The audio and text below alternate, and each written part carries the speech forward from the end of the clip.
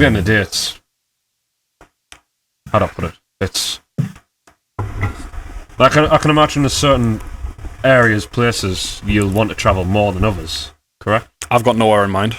No? I just want to do some crazy adventures. Stories to tell the grandkids, as they say. But you talk about travelling, it's like what pulls you towards travelling? Well, no, it's getting yourself out of the city you've been living in your whole life. Oh, is this long-term travel or are these short trips that you want to make? Long-term travelling, really, but... So you want to have no fixed abode kind of thing? Yeah. Like, did you read that book that everyone reads, On the Road? On the road. Jack Kerouac. On the road again. You know the book? No. I read about a quarter of it and I couldn't be bothered with it. But it's a good thing of just hitchhiking, and I think it's probably better if it's the 60s and it's in America, because there's like a lot more See, I don't drive, so I feel like I'm a little bit restricted, but what's stopping us? Well, I don't think they do. I don't even think I think they just hitchhiked. I'd love to do hitchhiking, but I feel like... Can't do it anymore. Yeah, it's the pretty 70s hard. happened. There's too many serial killers. It's just not okay anymore. People don't want to pick you up. I try it every now and then, like when I'm waiting for the bus, I try and do a cheeky hitchhike to get home. Has it worked? No. No, never, not once. Yeah. But so you say you're limited, but are you, or is it just that you haven't sought out? No, everyone has boundaries. I feel like you're restricted by your own job, your home life. But what I was about to get to was that money.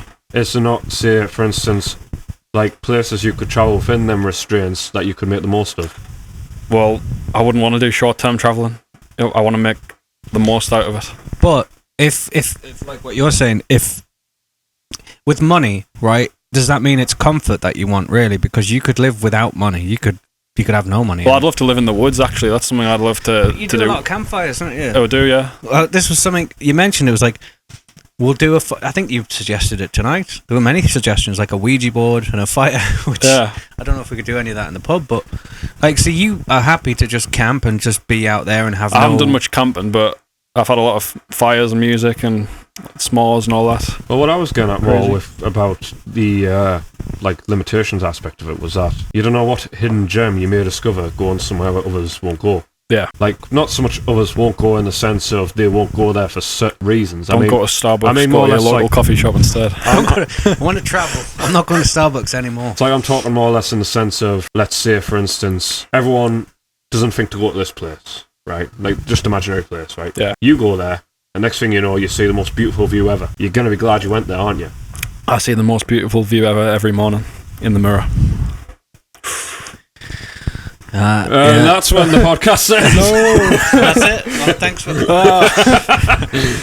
I've had my chance. I recently moved back in with my parents, right? Which is something that I've mentioned on the podcast before, and they have all these things that they've set up over their years together.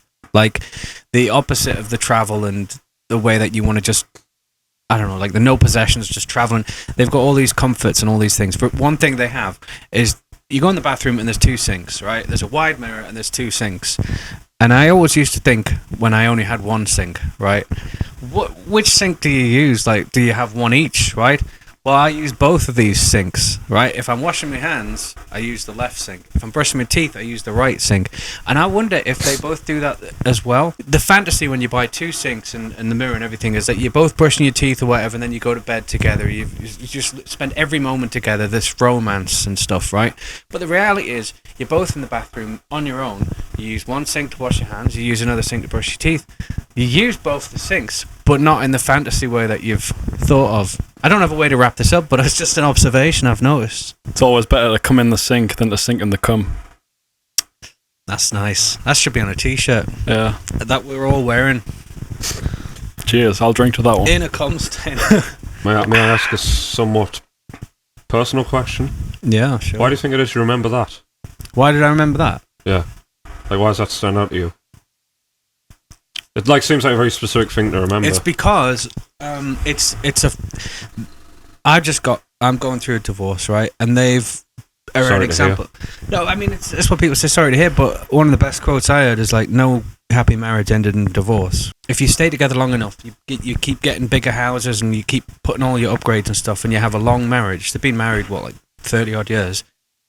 You get this thing that's in your head. You think you're both brushing your teeth together because you can't be apart, right? So you've got two sinks, but you are apart, really. It's just, I don't know why. The moral of the story is have one like, sink. You only need one sink. Yeah. I hope I'm not prying or like being ignorant, but like the impression I'm getting is almost like there's an allusion to you there, almost. Or am I wrong?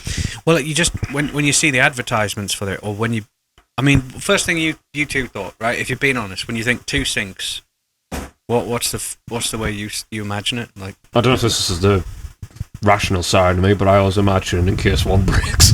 Yeah, I like that. but that's surely an unusual take on it, though, right?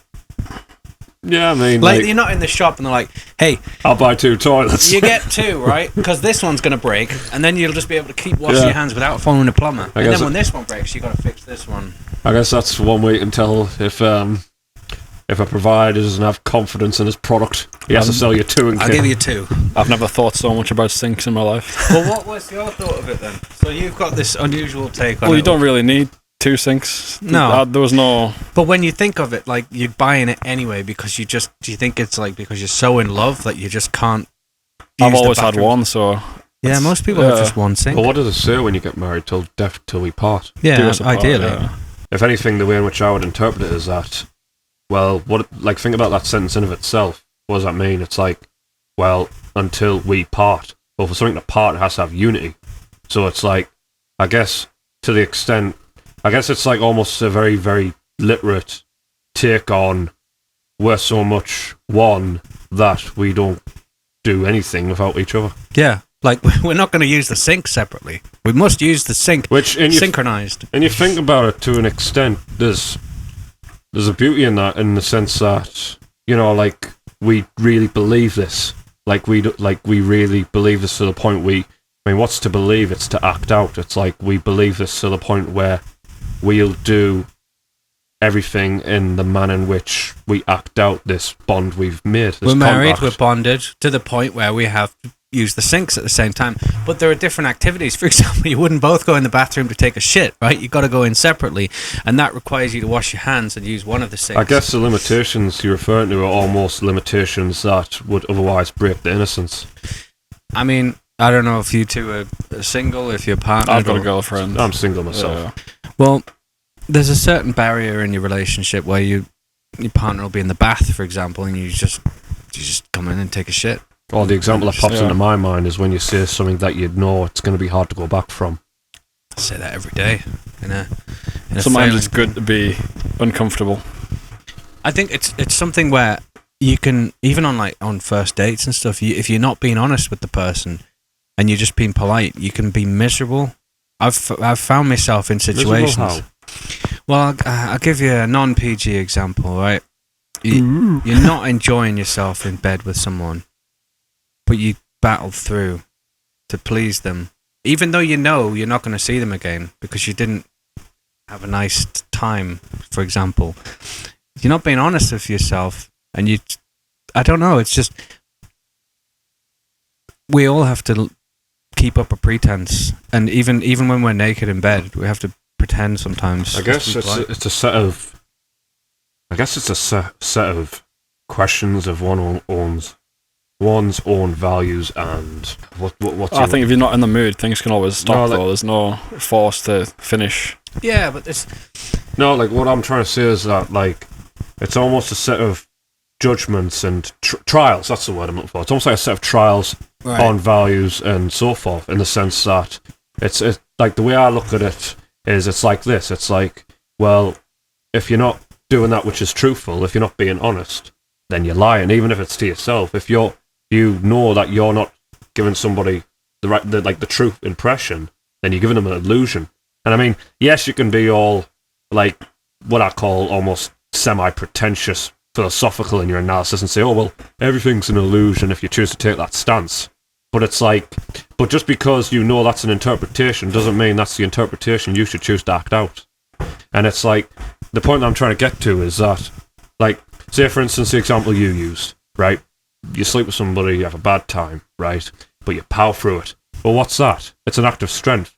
You're essentially saying to yourself that, like, I know that this isn't going to be for me at this moment, but in the grand scheme of things, I'm going to sacrifice my unenjoyment for this moment for the enjoyment of the prolonged future. when you say it's an illusion and stuff, and it's like, do you know, like, before your first argument with someone, there's like a totally different mindset. You don't know someone until you've had a bit of an argument with them about anything, really.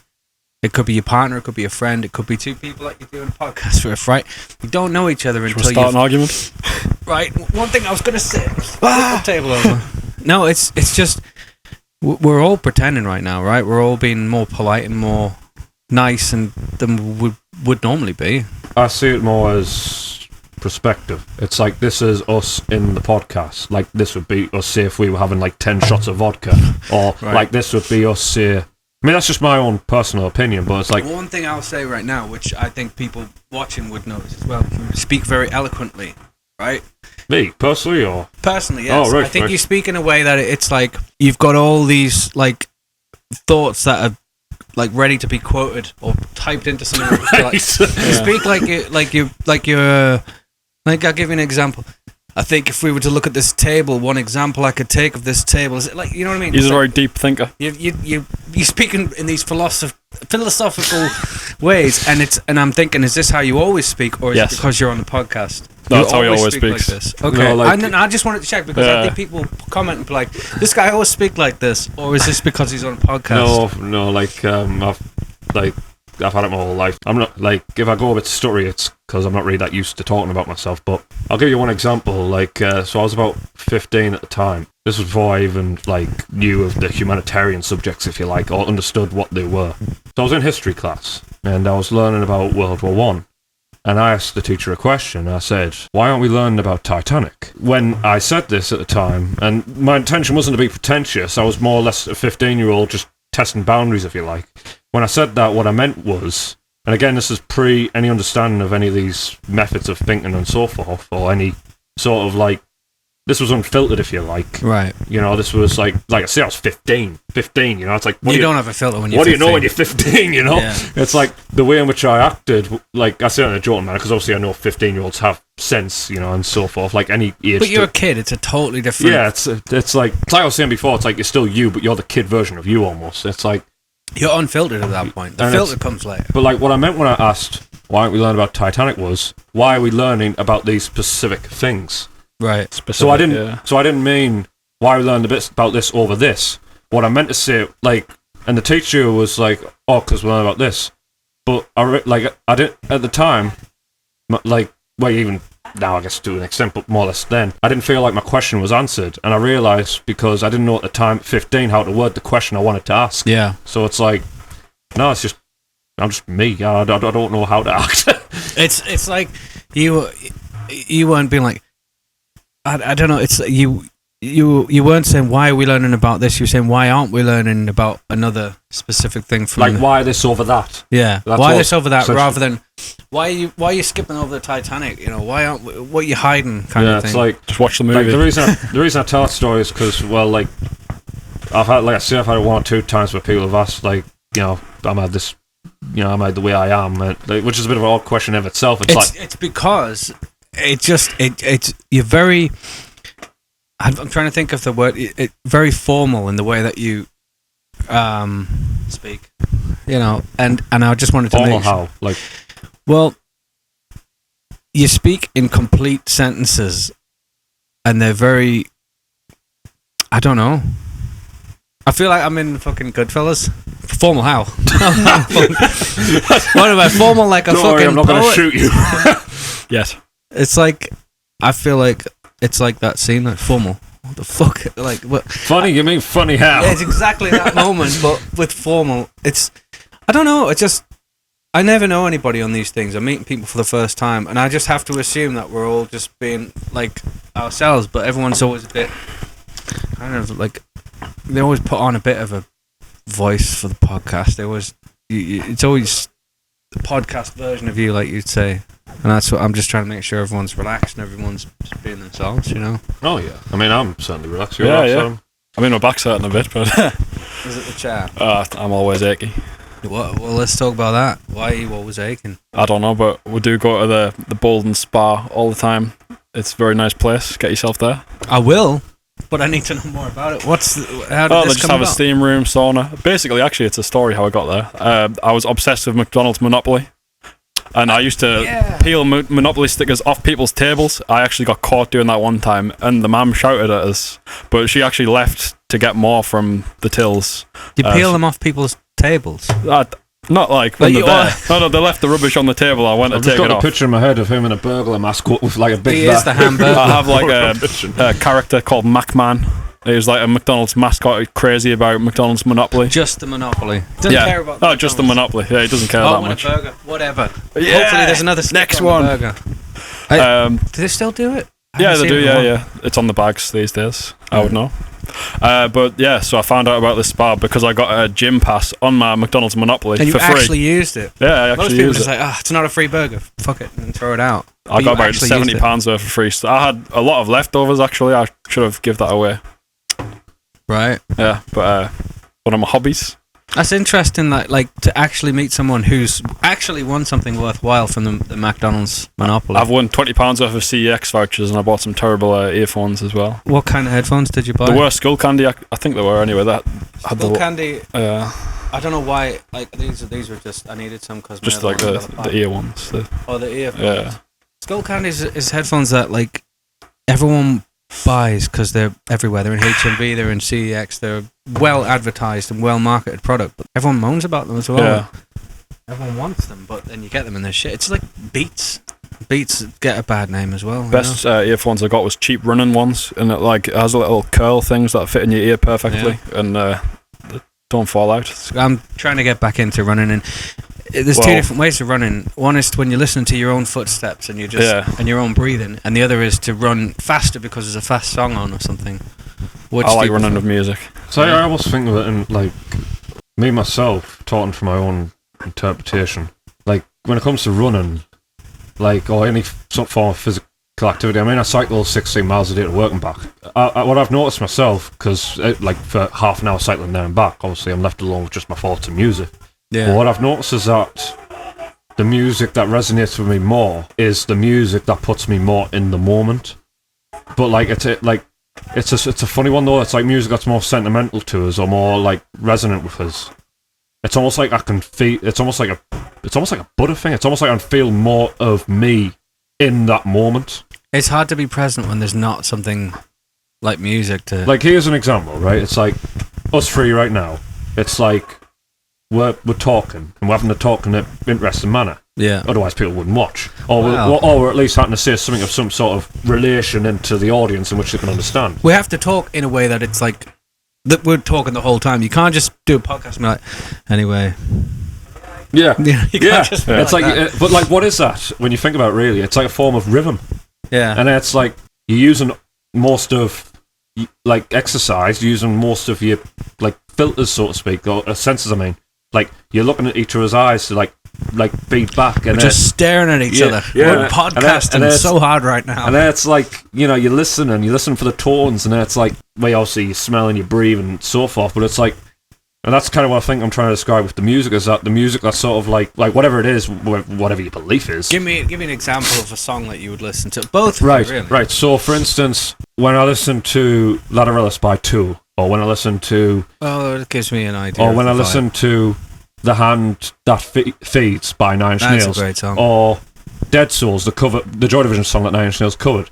They're all right. So, like, they're three songs which not only have semi-thought-provoking lyrics, but also, or what you might not call your traditional type of lyrics. When you listen to them musically, all the instruments have their own thing going on. So, like, that's what I mean when I say it's like the more you're pulled into the moment, it seems the more you're in the moment. Do you play music? Or? Yeah, I play a few instruments, yeah. I'm in a band as well, but yeah, it's a very strange band. It's called Yes Plant. Yes Plant. There's a little plug for Yes Plant. Shout out. Well, I was going to say, I mean, my favourite song of all time is Hurt, right? And it's not just the original, but like the Johnny Cash cover of it. I think it's it moves me more than anything. So really, when you say semi-moving, I mean, those songs are unbelievably good to me. When you listen to that song, I imagine it's the same. It's almost like there's something in it that like pulls you to whatever it is that's resonating with you within that song. Yeah, I didn't get in my song, so I like a lot of funk music. I don't know if you've heard of funk. Well, yeah, definitely. Yeah, I mean, those are Metamorphosis is a really good song. Is that? do do do do do do do do do do do. I'll have to look. There's a it lot up. of like very just good beats in there. What do you play though? Like both of you? Like what do you? So I'm just like I eat a banana on stage. Oh right, okay. I actually do. I can play guitar, bass, and drums, and I can play one song on the keyboard. Right, so you play guitar, bass, and drums, and you play one song on the keyboard. You eat a banana on stage. Yeah, I'm eating a lettuce in the next gig on the 23rd of September at Little Buildings. Shout out. Shout out. I feel like one of you is a musician, and one of you is eating a banana. I mean, what are we saying? No, here? so I do sing as well, but it's more okay. like I'm just the character. You're the Bez. Yeah, I bring the show You're the business. image. Yeah, a little bit. That's interesting. Or the persona. Yeah. Well, no, I do some singing and stuff as well. I am involved, but Like between bites. I was like the show figure. So whilst he was doing other songs, Oh, one of you're them. in a band together? No, we're not in a band together. Oh, right. But he wants to do a collaboration. It'll be interesting to say the least. Well, it seems like it could be nothing but interesting. I remember the one time. Wait, we'll get back round to it. We started making a song together. I don't know if it's my best friend and my worst enemy, but like, you know, you were talking earlier about like the way I am, like, you know, the way I talk and so forth. Yeah. Like, one of the things that I've noticed about myself, which I haven't really met in anybody else, is that like I tend to fixate and think about every little thing I say and do, and like I don't. You speak carefully. Well, yeah, because I mean, like something that I learned, and like, because I like to, how would I put it? You also speak loud, and it's when you speak, it's in a felt pen. When I speak, it's like a pencil, right? I've just got a picture in my head of like I'm drawing out like some faint lines and things. I'm sort of, I might say this a little bit, and I might pick up this. And when you speak, it's like I'm speaking. I'm putting this down in felt pen. It's not going anywhere. You can't rub it out. That's how you speak, and it's like it's a very definitive way of speaking. I have a phone job, so I'm a very broken man, and I feel like I'm one of those clicky broken pencils that you keep clicking at the top and it just snaps. Well, That's just to finish who I am. Just to finish off what I was saying was that like what was it now? See, I've interrupted you, which was No, rude, no, but it was funny. It led to something like I felt was important, but I can't remember what you were saying because I interrupted you. Well, so that might come rudely. back. Anyways, you. It might never come back. Oh. That's the problem. But Oh yeah, well, like, but part of the reason I think you should, like, part of the reason I am careful about what I say, anyways, is not because of any sort of paranoia, insecurity, or anything like that. It's because I do read quite a bit of philosophy. Like, I've read Nietzsche, Marcus. I knew you were going to say Nietzsche. Marcus Aurelius, Jordan Peterson. Who else? I mean, even I don't know if you'd call it philosophical, but more or less like almost just creative writers, I guess, like George Orwell and like. And You're reading Kafka. He's always comparing us to these like greats, and I'm like, am I coming out with such masterpieces from my mouth there? You're eating a banana. It's like you like Franz Kafka. he's eating a banana. I'm just like genius. Yeah, Like, brilliant. But I Mind don't know blowing. why. I mean, I've tried to argue with myself about it not being of utility, which is that. Well, you think about it. One word is all it takes for a situation to change. Like one wrong word to that person who, say, either matters or you're trying to get on with, or you're trying to, you know, make something like work or whatever it might be, whatever context. One word is all it takes to tip that balance. That word is cress. Cress? What's cress? Cress. Cress is the word that I said just now that derailed that whole The vegetable cress. salad